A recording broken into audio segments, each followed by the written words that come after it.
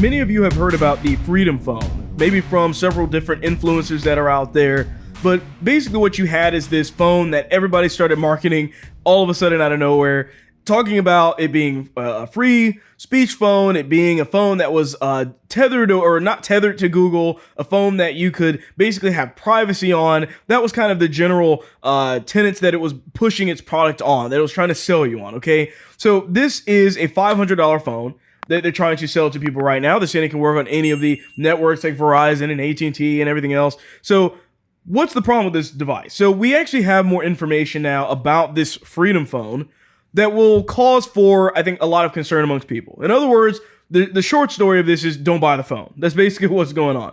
But here's a little bit about what's going on. So when I first actually saw that this was coming out, they announced on their website that it's running the new Freedom OS. That's what it's saying right now. This is a statement from their site. It's running the new Freedom OS, which means Apple and Google no longer control the phone. That's what they're saying, okay? Here's the thing. I am hugely into technology. I've been dealing with cell phones for 15 years, and I can tell you firmly that you're not making a phone today based off of your own pure OS. Everything, by the way, that you probably use, if it's not Apple, it's running on Google to some degree, okay? Pretty much everything. Some of your TVs, maybe not, but the general gist of it is that if you have a phone right now, unless you are literally a software designer and you have spent a ridiculous amount of money trying to design an OS for the device, it's going to be based off of Google, especially when they're talking about that it's going to have these apps with it. Okay, it's going to have Parler, and it's going to have Getter, of course, and a few of these other social media free speech apps and whatnot that are supposed to be on there. As soon as you have apps available on your phone, it has to work with some type of operating system, which means it needs to be either Apple or Google. And obviously in this situation, it's Google. And that's what it is. It's actually a forked old version of Google that is open source, I believe, for this type of situation. Open source meaning anybody, by the way, has access to the code, okay? So if it's open source, it also is not going to be very secure either, okay? That's another problem that you're going to have with this, especially unless somebody is readily updating the security parameters for this OS. You're not going to get the security behind that whatsoever. You can't get away from Google.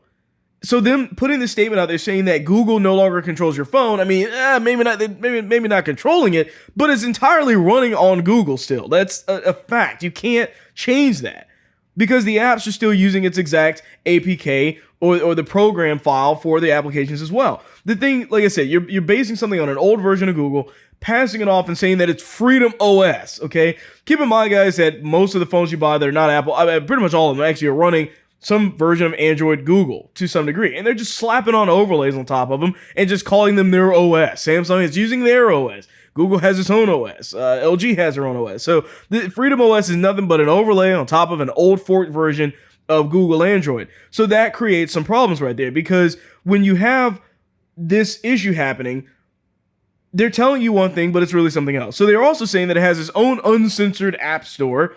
But really what that probably is a separate app that's preloaded on the phone that allows you to load in applications for free speech apps and whatnot, like Parler, Getter, whatever.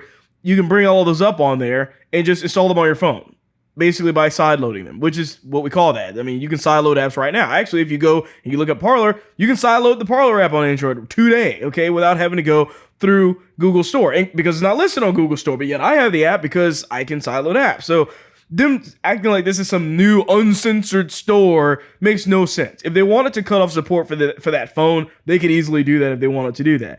So the real kicker here is their privacy policy. This is, once again, not something I'm making up. It's literally on their site. You can go there right now. If you search Freedom Phone online, you can find this. So their privacy policy says, we use your personal data to provide and improve the service. By using the service, you agree to the collection and use of information in accordance with this privacy policy. So right there, right in front of their website, they're telling you right away, hey, look, we're using your data.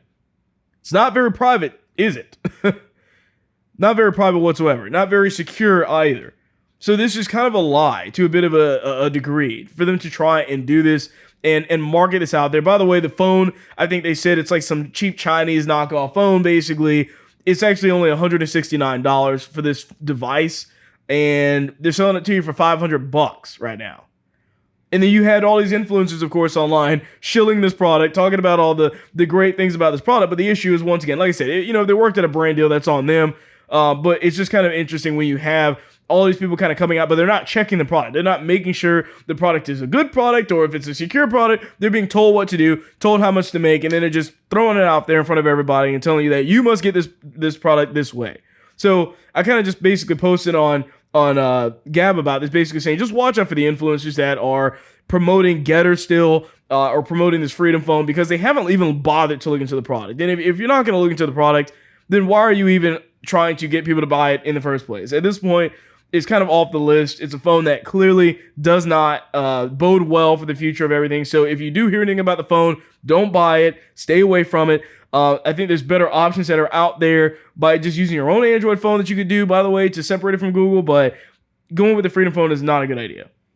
You just watched a clip from the William Hall Show. Please remember to like, share, and subscribe.